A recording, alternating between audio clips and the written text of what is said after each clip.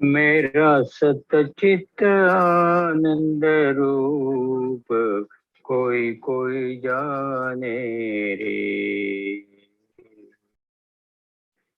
मेरा सतचित आनंद रूप कोई कोई जाने रे। जाने रे कोई जाने रे। जाने रे कोई जाने रे। मेरा सतचित आनंद रूप कोई कोई जाने रे।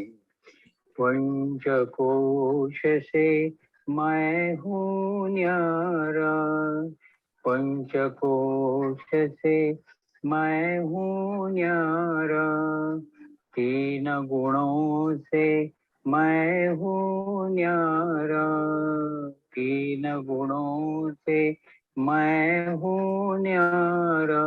मैं हूँ साक्षी स्वरूप कोई कोई जाने रे। मैं हूँ साक्षी स्वरूप कोई कोई जाने रे। मेरा सतचित आनंद रूप कोई कोई जाने रे। जन्म मरण मेरा धर्म नहीं है। जन्म मरण मेरा धर्म नहीं है। पाप पुण्य मेरा कर्म नहीं है। पाप पुण्य मेरा कर्म नहीं है। मैं हूँ पूर्ण स्वरूप कोई कोई जाने रे। मैं हूँ पूर्ण स्वरूप कोई कोई जाने रे। मेरा सतचित आनंद रूप कोई कोई जाने रे। सूर्य चंद्र में तेज है मेरा। सूर्य चंद्र में तेज है मेरा। अग्नि में भी ओज है मेरा। अग्नि में भी ओज है मेरा। मैं हूँ ज्योति स्वरूप कोई कोई जाने रे। मैं हूँ ज्योति स्वरूप कोई कोई जाने रे। मेरा सतचित आनंद रूप कोई कोई जाने रे। तीन लोक का मैं हूँ स्वामी। तीन लोक का मैं हूँ स्वामी। घट घट व्यापक अंतर्यामी। घट घट व्यापक अंतर्यामी। जो माला में सूत कोई कोई जाने रे। जो माला में सूत कोई कोई जाने रे। मेरा सतचित आनंद रूप कोई कोई जाने रे। ईश्वर प्रचिति मुझे ही जानो। ईश्वर प्रचिति मुझे ही जानो। जीव ब्रह्म में भेद न मानो। जीव ब्रह्म में भेद न मानो।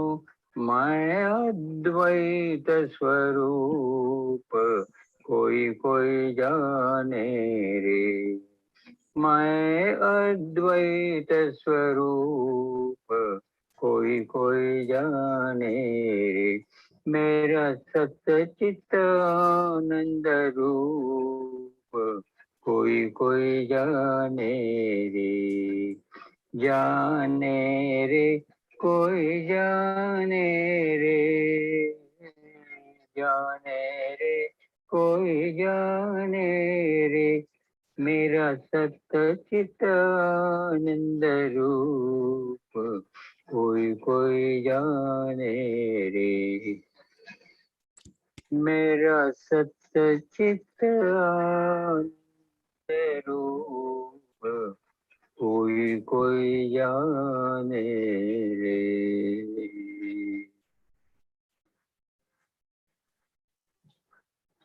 ओ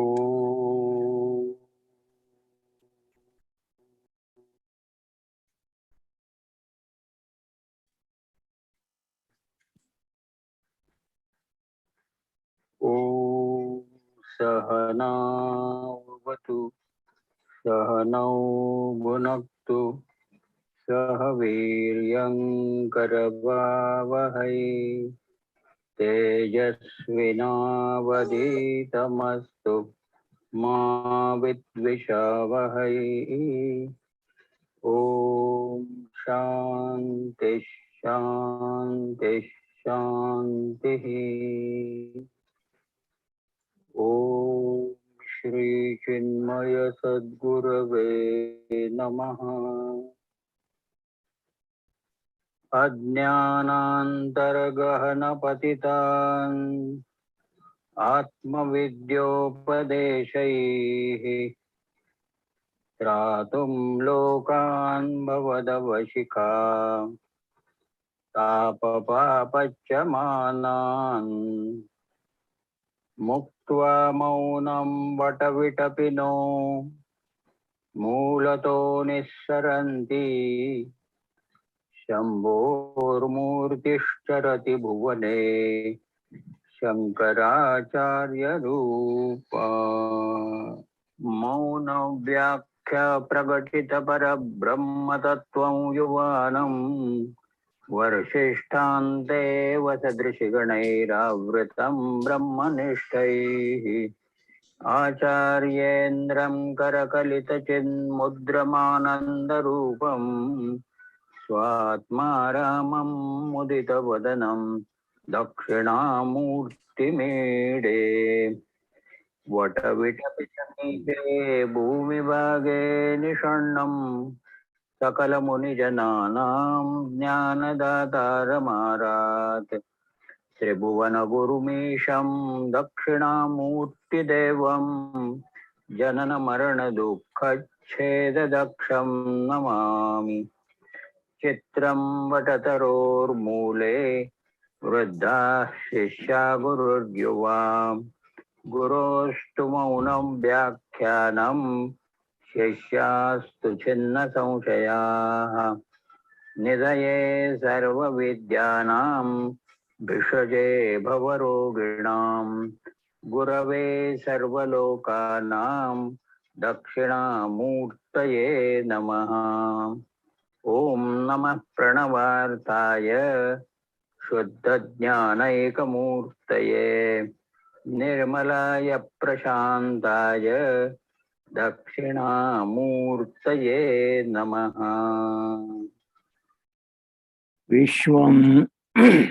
विश्वं दर्पणदृश्यमाननगरी तुल्यन्निजान्तर्गतम् पश्यन्नात्मनि मायया बहिर्भूतं यथा निद्रया यत्साक्षात् कुरुते प्रबोधसमये स्वात्मानमेवाद्वयम् तस्मै श्रीगुरुमूर्तये नमः इदं श्रीदक्षिणामूर्तये। बीजस्यान्तरिवाङ्कुरो जगदिदं प्राङ्निर्विकल्पं पुनः माया कल्पितदेशकालकलना वैचित्र्यचित्रीकृतम् मायावीव विजृम्भयत्यपि महायोगी वयस्वेच्छया तस्मै श्रीगुरुमूर्तये नमः इदं श्रीदक्षिणामूर्तये।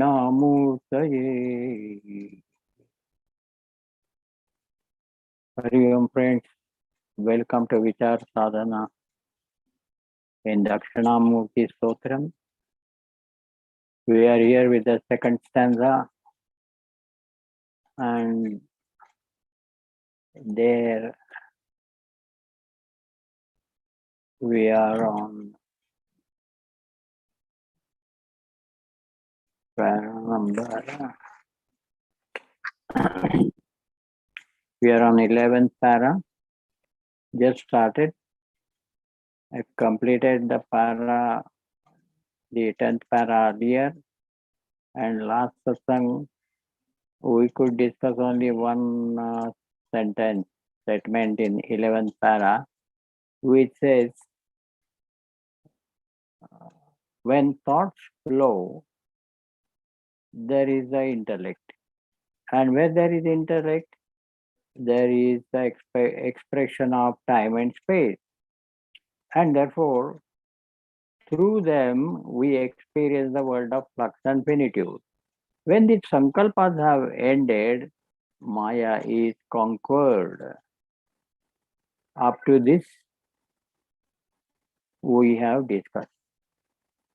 So the last statement is most important and very difficult to digest, but we have discussed this last time. When the Sankalpas have ended, Maya is conquered.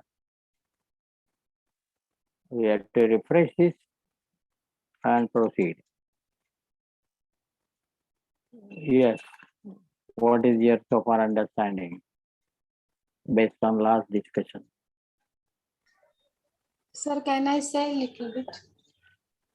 Pardon? Can I say something? Yeah, on this? no permission required. Just raise your hand and start. Okay, sir. Sankalpa ends means the ending Sankalpa means not to identify with the thoughts. And on the when you are when the sadhak is on the this path, then he has to have a faith in the teacher's words and the scriptures and reflect it very well on it. That will give a clear idea of my own nature, and if I have a faith in my own nature, sankalpa will not arise again. See, if a mere faith in our own real nature can stop the sankalpa, it is just the best. Best means have a No, faith. but reading and reflecting on it, contemplating on the words of the teachers and scriptures will help in better understanding, and that will end the sankalpa. And all this means more thought, contemplation, reflection.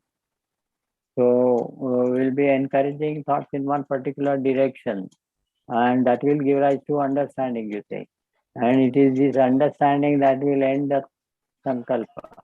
The new sankalpas will not arise. Okay. That is what I understood. So now can we stop the sankalpa from arising? Because the sankalpas have their origin in vasanas. Any thought has its own origin in vasana. Whatever may be the kind of thought, it has its source in vasana. We cannot stop the source of vasana. Therefore, the arising of sankalpas from vasanas we cannot hold. And still, a sankalpa should not rise in me is a statement. But I don't identify with the sankalpas. So if there is no identification, then that stage is a thoughtless stage. I don't identify. No thoughts will come. How can it be? Thoughts will come. You may not identify. You may not identify with it. The thoughts cannot be arrested by that. Only thoughts are going, but because you are not identifying, they may not disturb you. That is okay when you don't identify. But you cannot thereby stop thoughts rising. In identification or no identification is only concerned with you. If you identify, you are attached to thoughts and you will face the result. If you don't identify, the thoughts cannot touch you, but they are there. Guruji, thoughts are there. Anyone else? Yes, the thoughts are there, and we had discussed it the last time that we are saying when sankalpas are ended, it doesn't mean all sankalpas are ended, because the samashti vasanas will still continue to exist and they will continue having their sankalpas and the thoughts. But the one specific aspect we had discussed is that no new sankalpas will arise from our own mind. And actually, if we notice how a sankalpa fructifies, two things happen. One, if the sankalpa is satisfied, then either a bigger sankalpa of a similar nature comes, or if that sankalpa is frustrated, then there is the repeat sankalpa, ki I'm not yet achieved, not yet achieved, not yet achieved. Now this is the repeating process because of which this mind, this unit of subtle body is retaining its individuality. But when we say that the sankalpas have ended, basically we are saying the existing sankalpas are there, but we are not connecting to them. So there is none of our power getting associated with it. So it does not either multiply or sustain in my body, in my mind intellect equipment.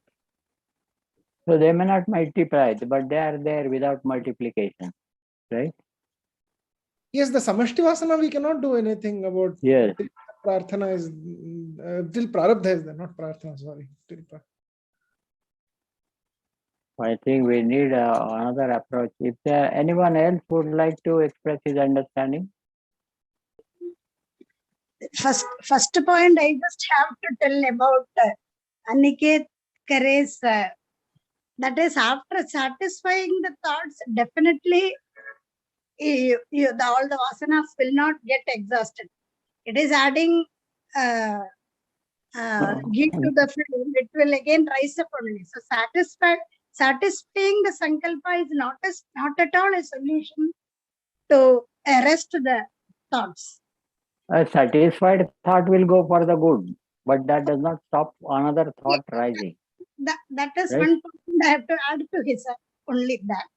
And with our all sadhanas and all, the existing vasanas we can just control, means will come to an end, and new vasanas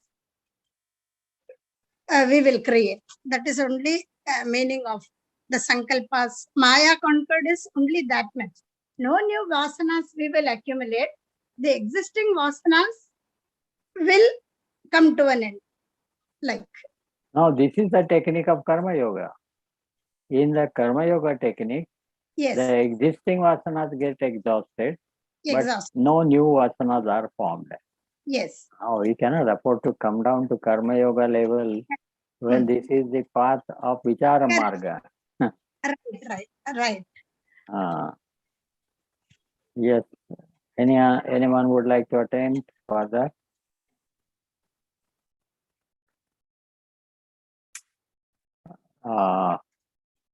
Now this sankalpa not rising in me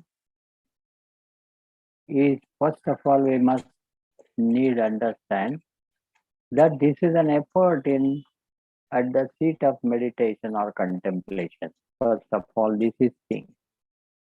Sankalpas on their own will not stop rising.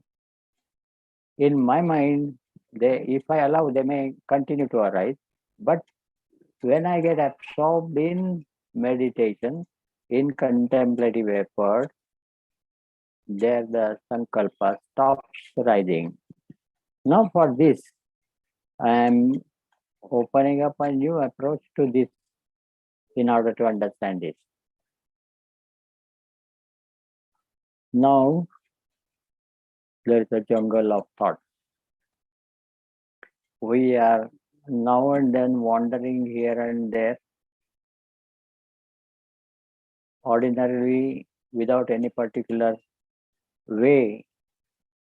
We are not weighing through this jungle, but we are seen, found, either engaged with this thought or that thought, trying to get rid of this thought or that thought, and we are dealing with the thoughts only.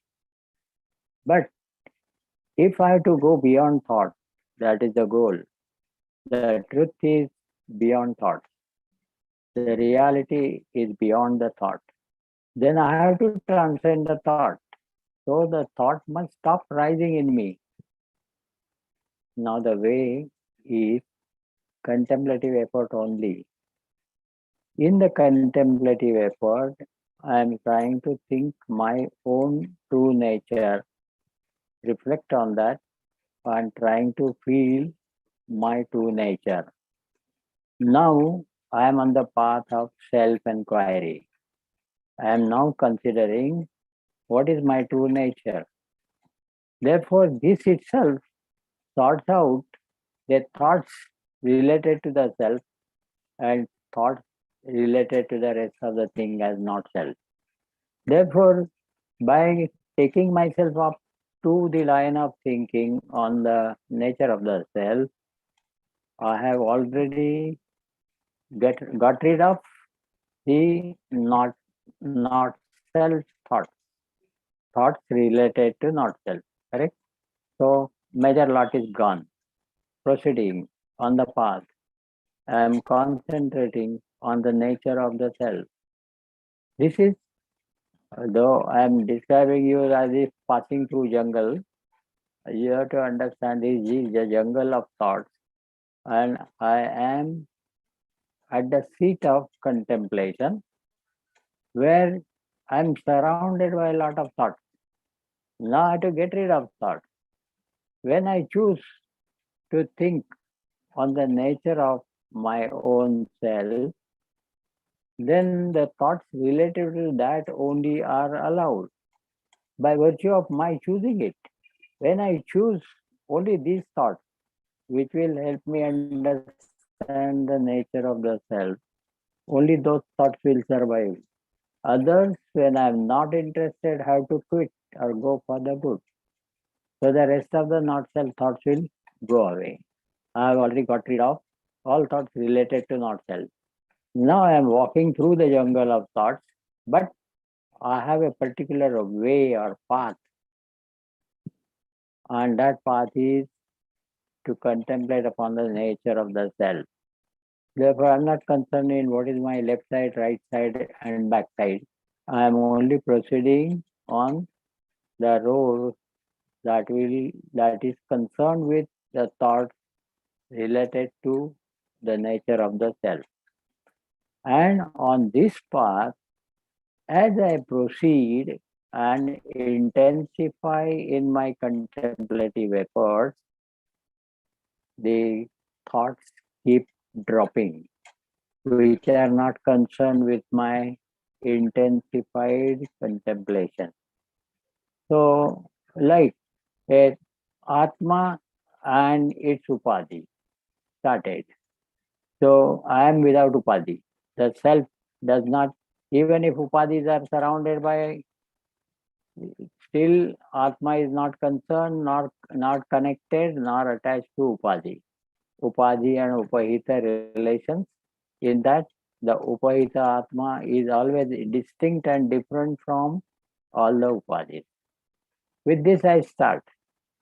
So at this level, the Panchakosha Viveka, Dehatraya Viveka, Purusha Prakriti Viveka, all this is being applied so that in this Viveka, all that is different from Purusha, different from the Koshas, etc., is being sorted out. In this sorting out, all the otherwise thoughts will go. and I'm only holding on to the thought related to the self, related to Purusha, related to Panchakoshatita Atma, etc. So now my path is intensified on the nature of the self. Proceeding like this, now I'm concentrating on the self, the Purusha, the Atma, and then I'll go by definition of the self and all related things, related thoughts to this self. So much concern with it that I finally come to land on the areas which deal only with the Sat aspect of the self, Chit aspect of the self, Satchidatma. When I go to that, hardly few thoughts dare to come along with me, and they are all related to the nature of the self and Satchidatma Brahma. So this Satchidatma is being concentrated upon. We are told Satpadate Brahma, Chitpadate Maya. When I am looking seriously, when I am looking at it concentratedly, the Maya is that which is otherwise called as Kalpana, otherwise called as Sankalpa. It is all otherwise called as thought, is that. And in that intense discrimination, when I'm concentrating on only the self, the Sat aspect of the self, I'm almost at the boundaries of the jungle of thought.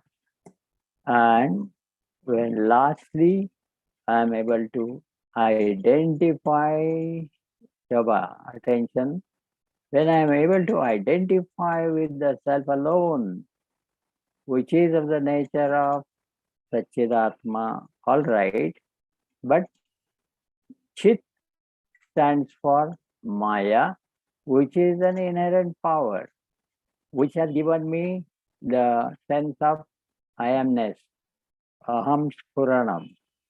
It is because of the Chit Pada, Maya, which has given me aham spuran. When it is aham spuran, therefore aham atma, therefore aham is equal to atma. In Brahman, this Maya brings this I amness, and therefore aham Brahma. Otherwise, Brahman is also there as Satpada, only indicative of pure existence or absolute existence. But when Maya enters into it, then the Brahman becomes conscious of itself and also conscious of the power inherent in it. When it becomes conscious of the power inherent, then power gets importance because the Brahman is attentive now on Maya. Therefore, she takes the advantage of this, reflects Brahman in herself, and goes out to create the entire creation. Now, here when I am at the outskirts of jungle, it is the last thought which identifies me with the self completely, that the last thought is dropped and the next thought dare not rise. Because I am at the outskirts of the jungle of thoughts.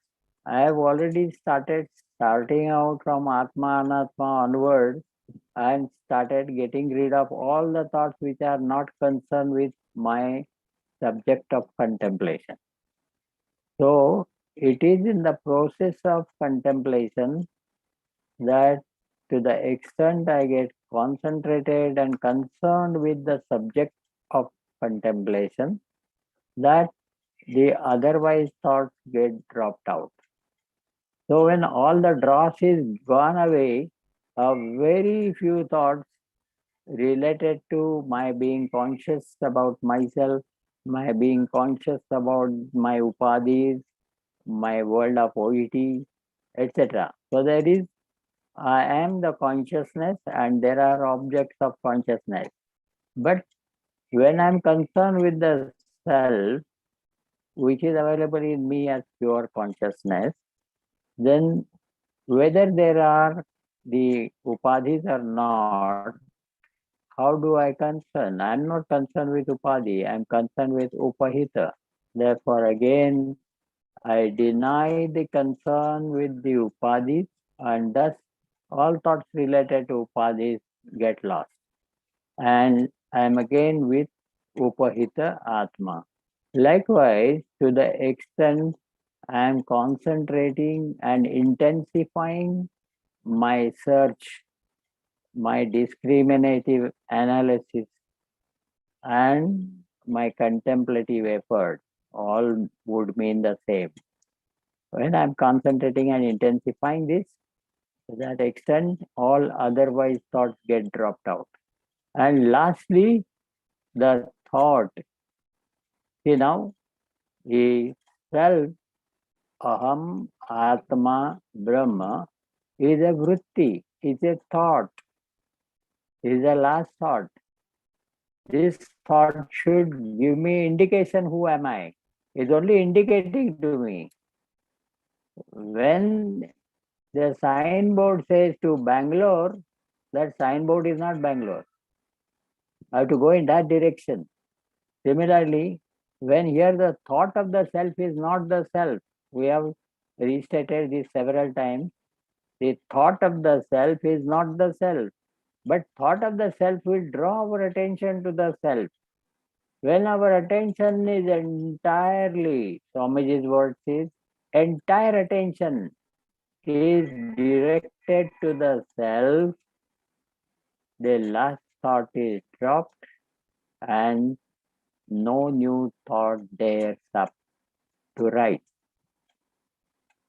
So this process of contemplation, we have to keep it in mind, and how concerned, how concentrated, how intensifying we are in this process of contemplating upon the nature of the self goes up to the last, and Satchidatma is our true nature of the Jiva, and this Satchidatma means the existence knowledge, and the existence knowledge in which knowledge is its inherent power and existence is the reality. This reality, when I'm concerned intensively, even that Maya aspect which is available in the form of pure consciousness, also in the now and then dressing with different costumes of thoughts, will drop the costume. So this is the secret. The undress and embrace. Swamiji's technical indication of the last stage. Even the dress of the last thought is also dropped, then I alone am as the self. So in this process only, the thoughts will get dropped out one by one. And thus we can say that as we proceed successfully towards our goal to realize our true nature as the self, to that extent, the otherwise thoughts get dropped out. And thus intensifying, even the last thought of the self also when dropped, then there is no chance for the thought to rise up again. Therefore, the last thought is dropped and no new thought is rising up, is the state where Maya is conquered. Here the wording is Maya is conquered. When the Sankalpas end, Sankalpas won't end by themselves. As already we have appreciated, the whole world is full of Sankalpas only. And the source of all this Sankalpa is Brahmaji's strong Sankalpa, because of which the world continues to exist. Therefore, these Sankalpas we are not concerned immediately. Within us, Some sankalpas are already there. Majority of them are related to the world of OET.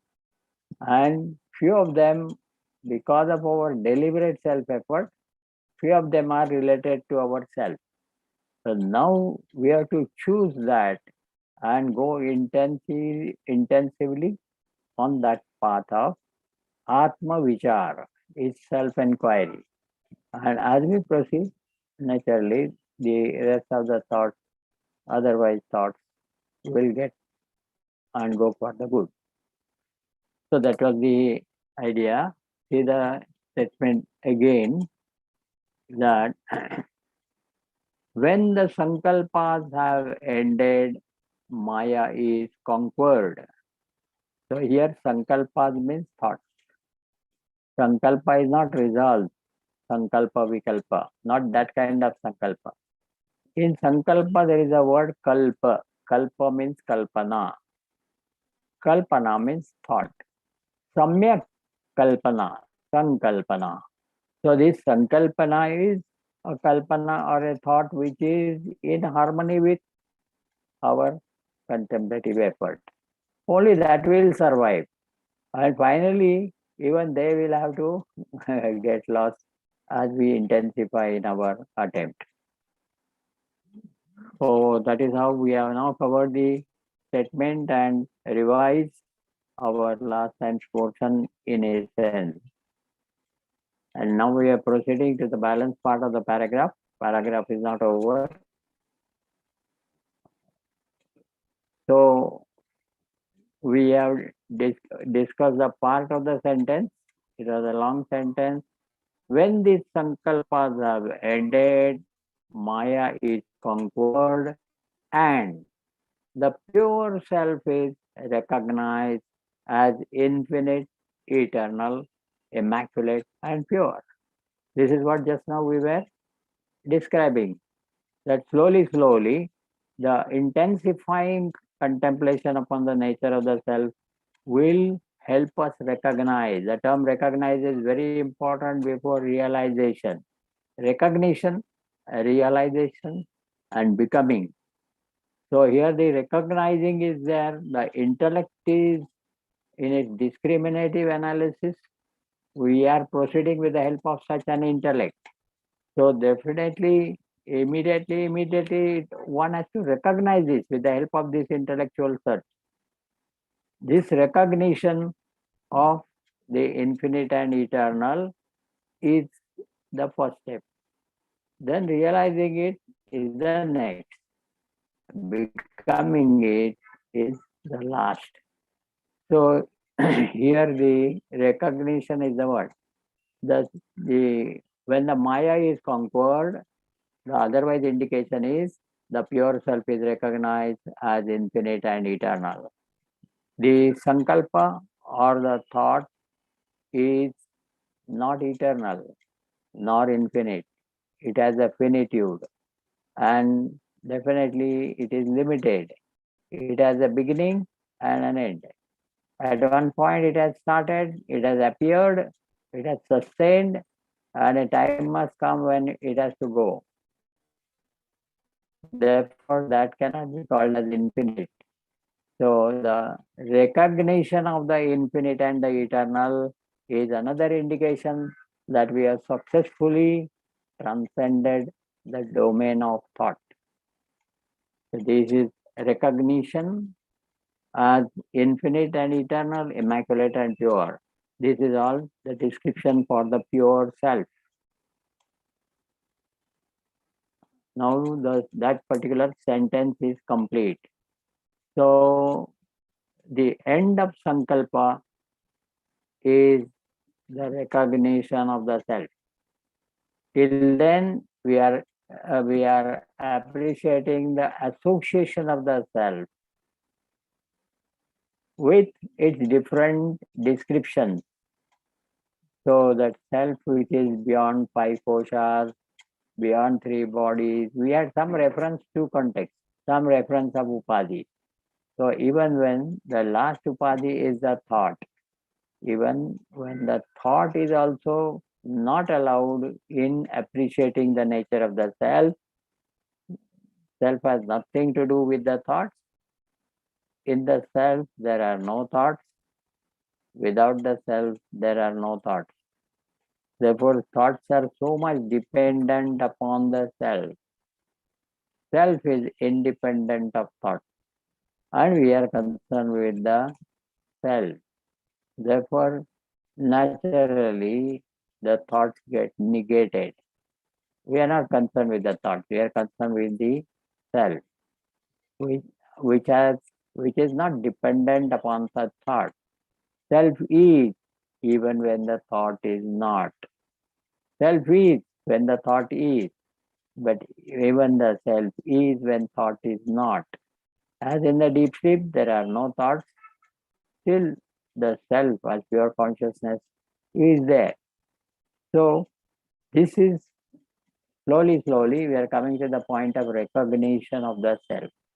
So now we are even don't require the thought also to help us understand the self. Because the self is without thought. We are reaching there, and this gives us a recognition of the self. So this is the balanced part of the statement.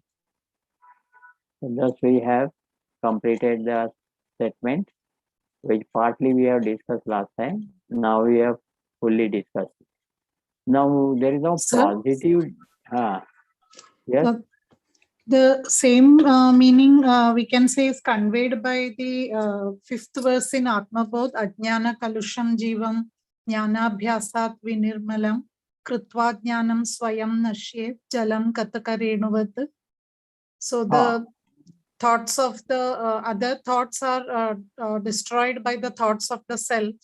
Right. And then Both of them. when that also ends, then is this establishing in the self. Roga never rasayanam. Yes, like the medicine administered correct. for a given disease. So it fights with the germs of the disease, and then both of them quit the body politic and leave the body in the health condition.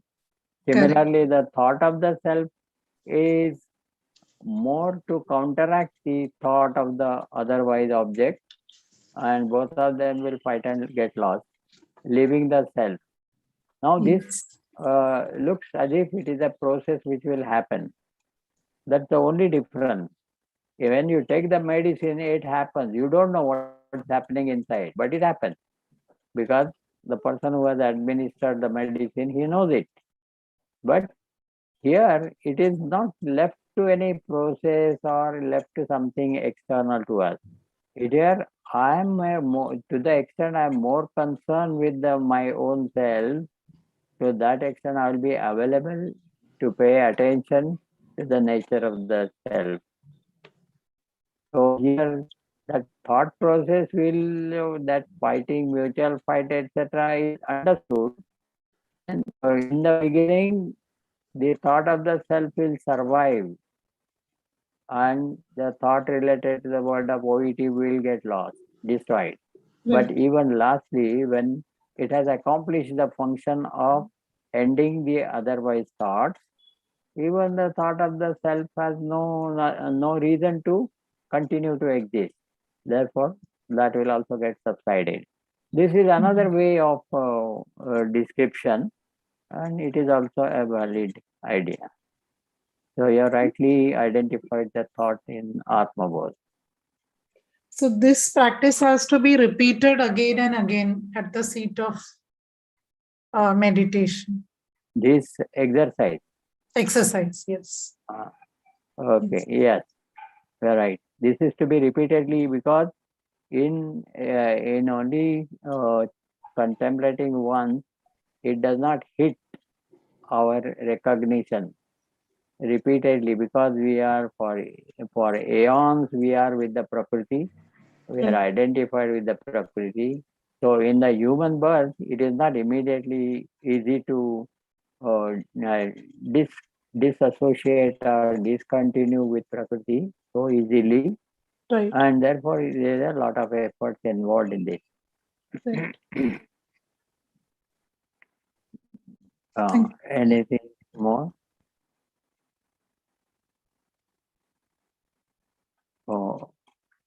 Anyone else would like to say anything related to this topic? So now the negative aspect and positive aspect both are covered in this. The negative aspect is the non-rise of Sankalpa. The positive aspect is recognition of our nature of the self. So with this, the whole sentence is complete. His Swamiji has simultaneously put forth both the ideas, the positive as well as the negative. So first of all, the Sankalpa has ended, Maya is conquered. When Maya is conquered, what is left is the self. The self is recognized. And then the recognition is of the nature of self as infinite and eternal, immaculate and pure. So here the infinite and eternal are the aspects which will intensify our contemplation. So immaculate, pure is all have a relative reference to the upadhis, etc., the opposite of it. But when we say here that it is infinite and eternal, there is no comparison with anything else. Rest all is finite and ephemeral. Therefore, there is no comparison, it's all opposite. So, intensifying our contemplative effort on the infinite and the eternal. Now, how do you, taking this as adjective, what are the names that you would qualify for infinite and for eternal?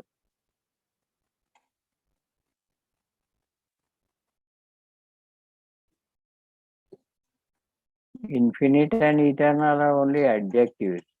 What is infinite and what is eternal is the self. Said all right, but we need discriminatively analyze.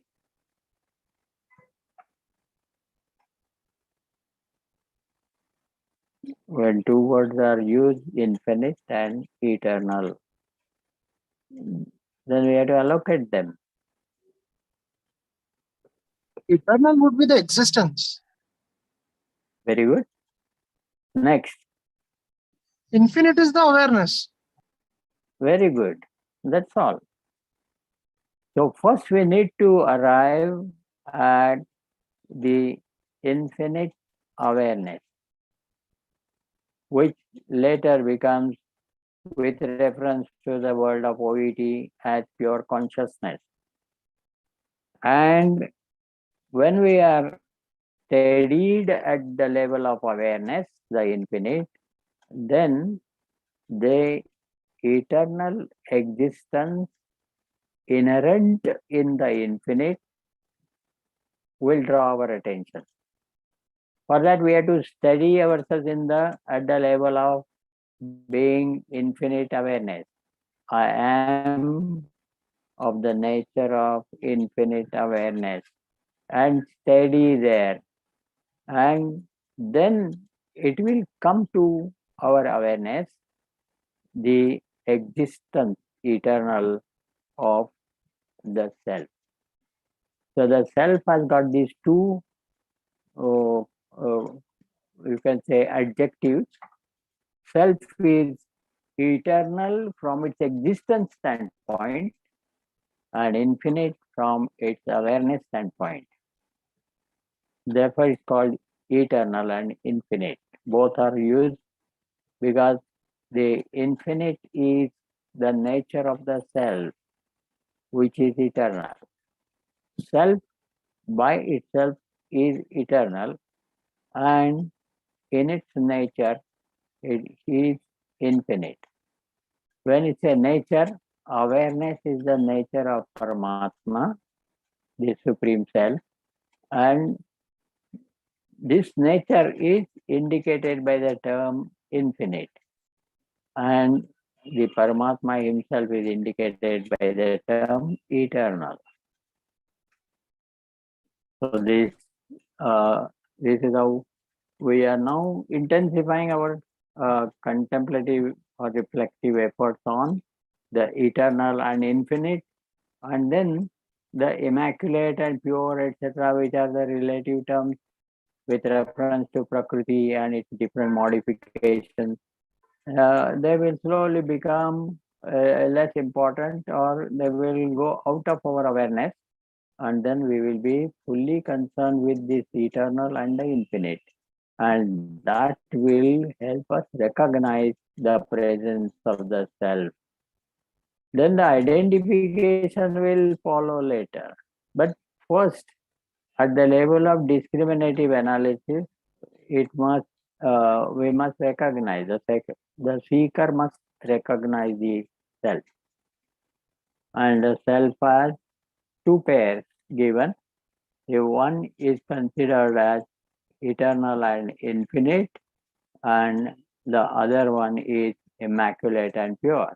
Start with immaculate and pure, and drop the part which is qualifying the word purity, etc., with reference to impurity of the upadhis, and then reach the level of infinitude and eternity. So that is related to the positive aspect of this statement. The negative aspect of the statement is that the sankalpas have ended and the Maya is conquered. The positive part of it is now the self is recognized as infinite and eternal. So now infinite and eternal we are saying because the jiva's nature is infinite awareness.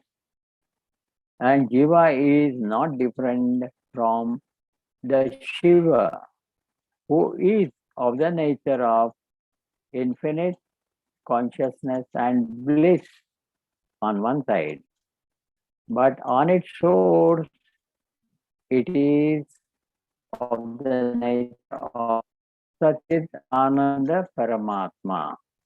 So therefore, this leads to that level, and finally, this Satchidananda Paramatma is not different from the Brahman, which is of the nature of eternal existence. So thus, from the infinite, we reach the eternal. Thereafterwards, there is no scope, that is the end of it. So this aspect is over.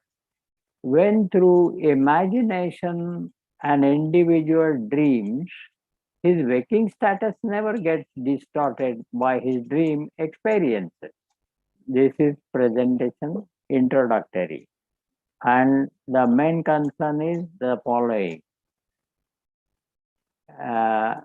Similarly, the Supreme has never modified itself, Vichara, to be the world. This is the thing to be justified or concerned. And for that, the illustration given is that whatever you may dream, it does not affect your waking state. In the waking state, whatever you are, you continue to be that even when you are asleep. Now, in the sleep, if you dream to be otherwise, maybe a beggar, for Janaka like king, he dreamt like he is the beggar. Then he wondered whether he is the king or the beggar. And then his teacher said, you are neither a king nor the beggar. This is how a beggar in the dream does not affect the king in the waking. This is first said. And what is concluded is the last sentence of this para. Similarly, the Supreme has never modified itself, Vichara, to be the world. How do we relate? The first thing is the simile that is given is quite appropriate, that whatever we may dream, the waking state, our status in the waking state is not affected. The state of waking and state of dream, they are compartmentalized and the experience of this is not relevant to the experience of the other, nor it is affected by the other. So when I go to sleep, if I dream something, it will not affect myself in the waking state, my status in the waking state. This is, the simile is quite clear. It is of our day-to-day experiences, right? Now what is concluded on the basis of this simile is that similarly the Supreme has never modified itself to be the world. How do we correlate these two? Supreme is not modified. Supreme is supreme, not subject to modification or vikaras. It is called avikari atma. Now, how do we compare it? We have to equate the parallels. What is dream state? What is waking state? In the simile, we can appreciate. But what is here? The two things are the two things are that the Supreme is one and the world is another. How do we correlate this? The creation, the world is only to those who are looking the world from Jiva Bhava. Okay. So is that the Jiva the self?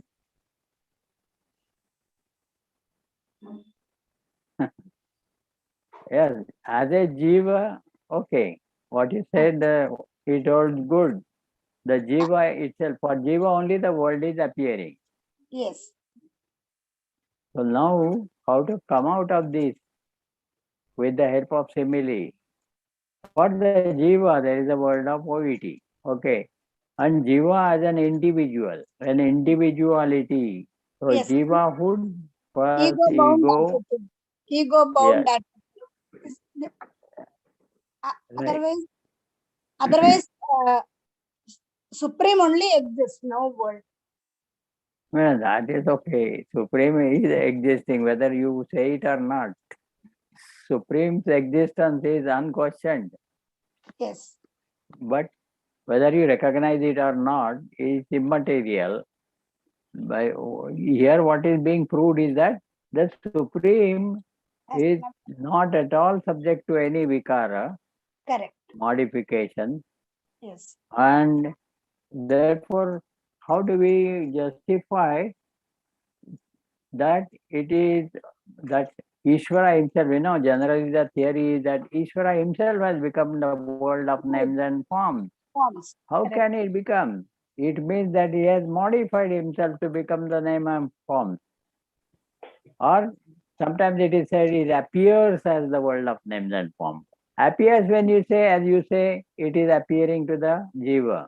It's not. So, but now we have to strike a right relationship between the world and its creator on one side, the Supreme and the world on the other side. So this is a very critical statement, and I just want that we should be able to compare the parallels.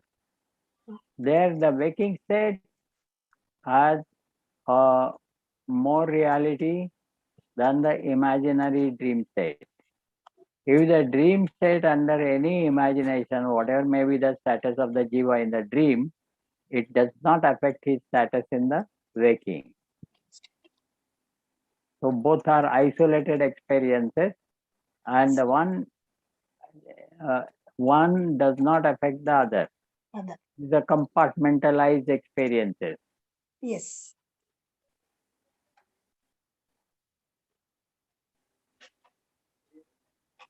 This is Dakshinamurti. So we now need to, Swamiji has given us the example of a dream state, and that should help us in in understanding about the world and the Supreme. Supreme is immediately Paramatma. In our earlier discussion, we have said that Paramatma is responsible at the starting point of the creation. These are discussions. And now we are at this level of understanding that Paramatma is not subject to any modification. Yes. The Supreme, Param, the Supreme Self, or the Supreme Brahman, whatever you take it, the Supreme is Param. Param has never been subjected to any modification. That is the first thing. But therefore, there is no question of the Supreme becoming the world. Yes. Okay. Now, this is to be compared with waking and dream. Dreams. How do you justify this statement? Guruji, are we That the Supreme is not example subject. or are we looking at an explanation? Pardon? Are we considering an example, a simile, or are we looking at an explanation? Explanation. Naturally, we have to equate the parallels. So, whatever is the simile given, we have to apply it to the statement that follows similarly, this statement, and apply the simile, equate the parallels, then the things will be clear. Can I try, sir? Yes, don't ask.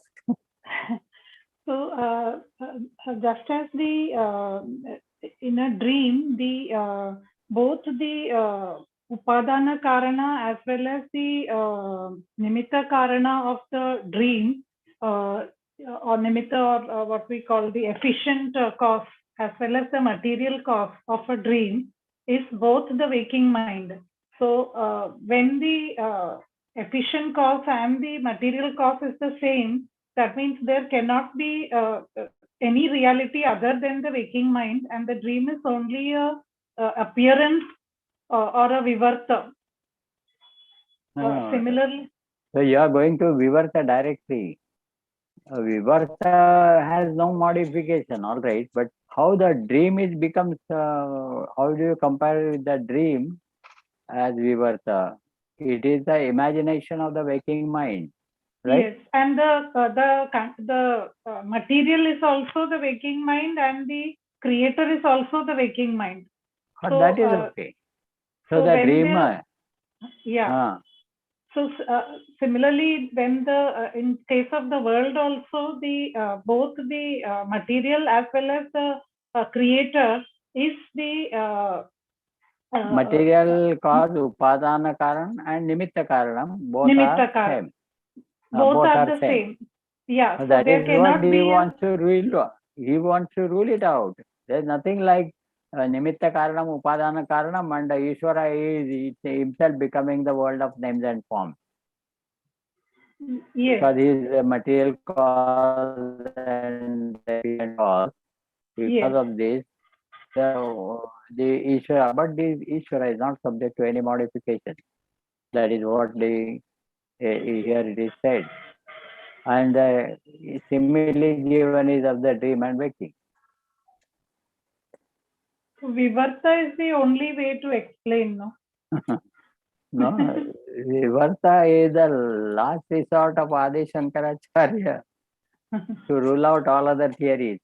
But before that, we need to appreciate the level difference as it is given in the simile. The waking state is different, the dream state is different. Dream state experience does not affect the waking state.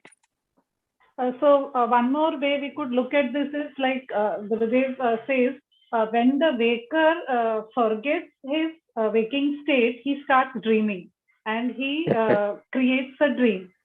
Here, similarly, when the jiva forgets, when the jiva due to avidya has forgotten his real state, and therefore he assumes the ego I as himself, and he from I with the I thought rises the world thought also.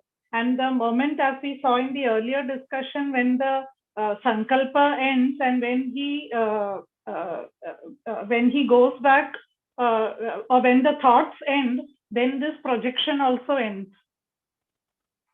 No, I don't know which one you are quoting, Gurudev, actually, which particular statement, but it is not forgetting that when the person becomes fatigued and tired, he gets due to that he slowly gets goes asleep. to a state where he has forgotten. That is why the rich man has forgotten that what is the truth of his waking state. And then he creates a dream is created for various, in various different combinations.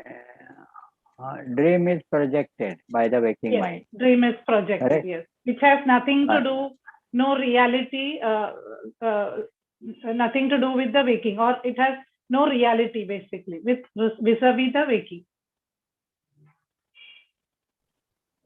Now the reality of the waking world is appreciated by the ego, not the mind. Mind only perceives and reacts to the perceived. But it is the ego who thinks that whatever is perceived is real. Now see the discriminative difference between the ego and the mind in the waking state.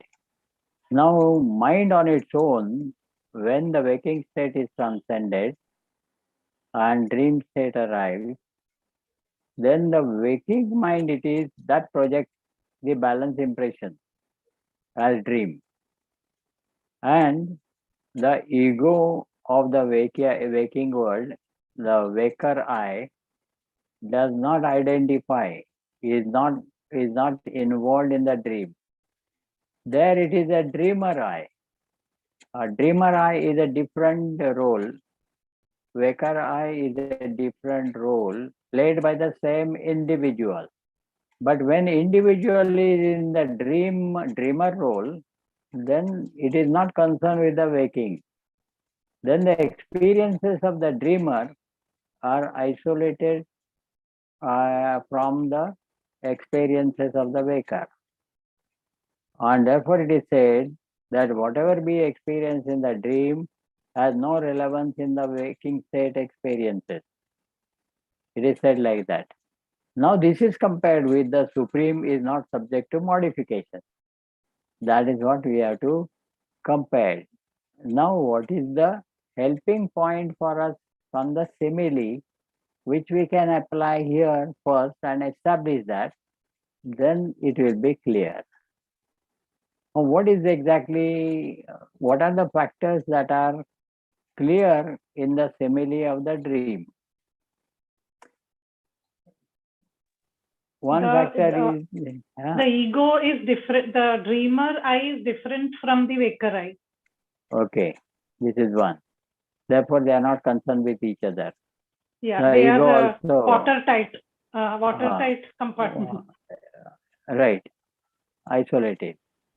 Yes. But now here, can the world and the Supreme isolated? If it is so, as indicated here, it's not subject to modification into the world of names and forms, then how? Guruji, How it is isolated? We can take the example of the wave, ocean and water here actually. If we compare every substratum allows Substratum is only one. I'll come to this, Guruji. I'll just Okay. Every substratum allows a certain freedom for modification. For example, ocean as a substratum allows for the water to go up and down, and every unit of up and down we call a wave. Right. Now that up and down has the inherent capability to create multiplicity, because some up is less, some up is more, and you say small wave, you say big wave, then you call some wave as a tsunami wave, so on and so forth.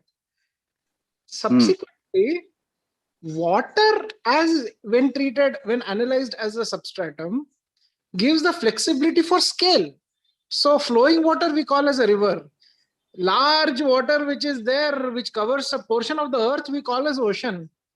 But again, just like to the ocean, the wave makes no difference because its variable infrastructure is created in the ocean. Similarly, for water, it makes no difference whether it is the ocean or not. And if for the water, whether it is ocean or not makes no difference, for the ocean, whether the wave is there or not, it makes no difference. Now, if I apply this to us, my mind has the essential infrastructure of thoughts. When the thoughts rhythm in a certain manner, I give rise to a certain dream. But my thoughts itself lie on a larger substratum of time and space. If I am able to take away these time and space, I arrive at the core substratum where my individuality is as incidental as the waves in individuality to the ocean. Very good. This is a good analytical approach, and you have created another simile, so to say. Instead of dream and waking, now you are saying waves, ocean, and water. Now, see, you are very close. By this analysis, you are very close to the answer, but you are not yet given any answer. You have only created another simile. Instead of dream and waking, you have now said about the waves and the ocean. And that there are different levels of consideration. So, can I try the explanation also, Guruji? Because I was still trying to articulate the example till now. So can I try to? Yes. Oh, yes. Take your own time, no matter. So now if I look at eternal existence and infinite awareness, what does this allow? Eternal existence means there can be any number of thoughts or there can be any number of disturbances which will have a certain name and form associated with it, which is allowed because the nature of Brahman is eternal existence. And what does infinite awareness allow? It allows, basis its own rules, that there will be some parts of the creation which will have the awareness to witness, and some parts of the creation which will not have awareness to witness it. So both of these are possibilities. Some object may exist, some object may not exist. Both are substrated by awareness. Some being may be conscious or aware, some being may not be aware. Both of them are substrated by absolute knowledge. But in the process, that being, which in some particular aspect of existence, associating with some particular type of body, calls itself the jiva. And that is where the whole problem begins. So if I am the jiva, I am essentially depending on the existence principle to create everything that I feel has existence, including the things which I don't see or I don't perceive. And I as jiva also have a certain perceptional quality by which I know that these things exist around me. But that both of those things are from the same source. It is from the same source that both of these things are coming. Now you are going to referring to the common source, right? Both are related to the common source. For instance, the wave and ocean belong to the water, or the waves belong to the ocean. Like that, you are going to the common source. Yes. Right? Yes. Now, point is here, you are relating something, waves to ocean and ocean to water. Now, can we relate world with the Supreme? Here it is said that there is no question of any modification on the part of the Supreme. Therefore, there is no question of the Supreme becoming the world of names and forms, not subject to modification. So this is something else needs to be appreciated. In your own example of the waves, ocean, water, etc., as well as the dream and waking, there is something common which is not yet struck in the discussion. We have a very short time. Now, please intensify your thought.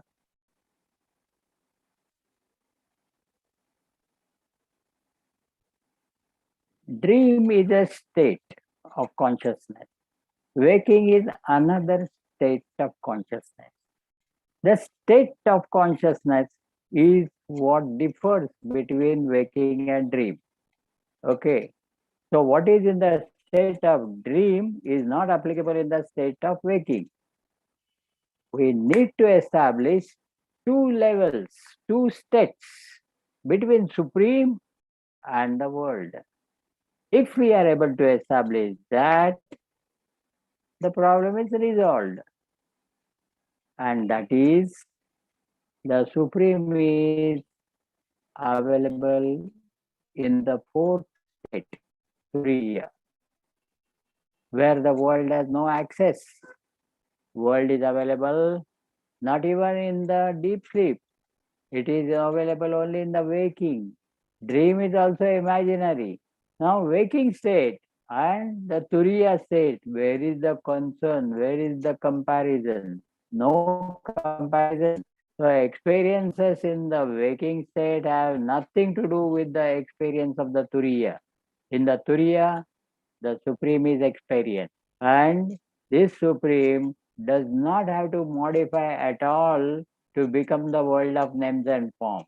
When the Supreme in the deep sleep state is with unmanifest Prakriti, Avyakrita, that is Vasanas in unmanifest form. But then when Vasanas, with the help of the existence of the Supreme, when Vasanas get the power and try to stir up, then the dream state starts. And from the dream, the waking state. Therefore, now see the world that we experience in the waking state with the names and forms, etc., has nothing to do with the Turiya state because none of them have any access in the fourth state. So, difference of states. Waking state consciousness is different than the dream state of consciousness, and therefore the experience in one state is not applicable to the experience in the another state. This is important common, to be common parallel. So similarly, the experience of the waking world of names and forms by Mr. Ego has no relevance at all with the fourth state, wherein the ego does not survive. Ego cannot reach there. And what is there is only the Supreme Self. And in the Supreme Self, none of these are applicable. No modification is applicable. No another entry is possible. That alone is Supreme.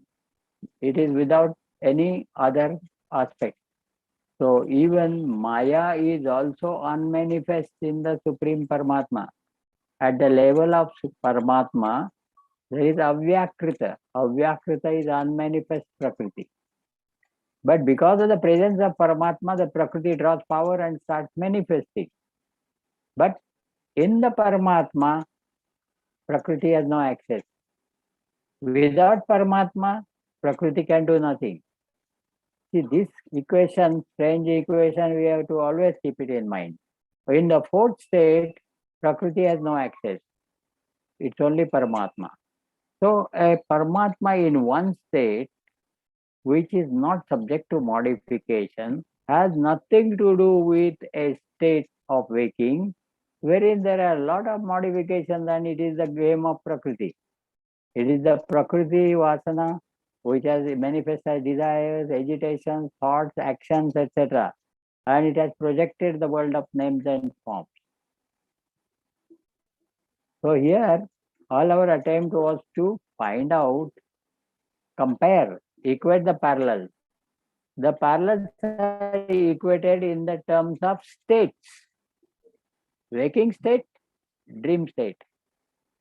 And the actual application similarly, when it is said, the application is waking state and Turiya state. Since there is a difference of states, Therefore, the experience of one is not applicable to the experience in the another.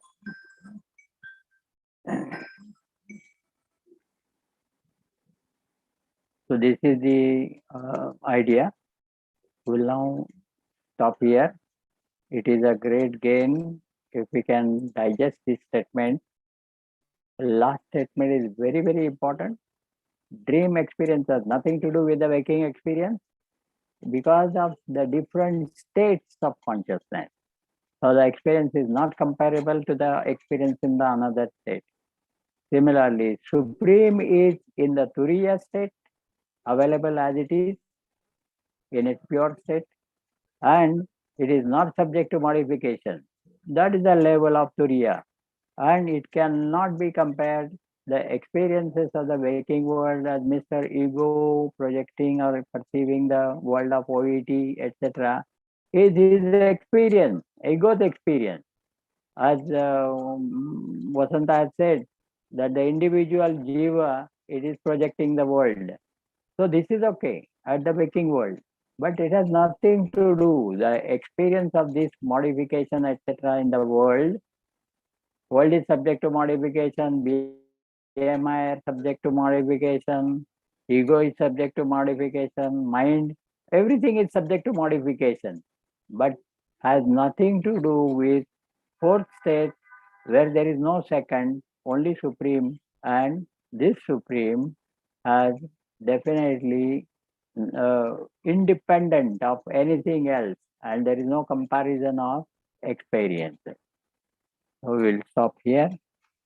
Yasya prasadahameva Vishnu mayeva sarvam parikalpitancha Itham vijanami sadatmarupam tasyangri padmam pranatosmi nityam tasyangri padmam pranatosmi nityam.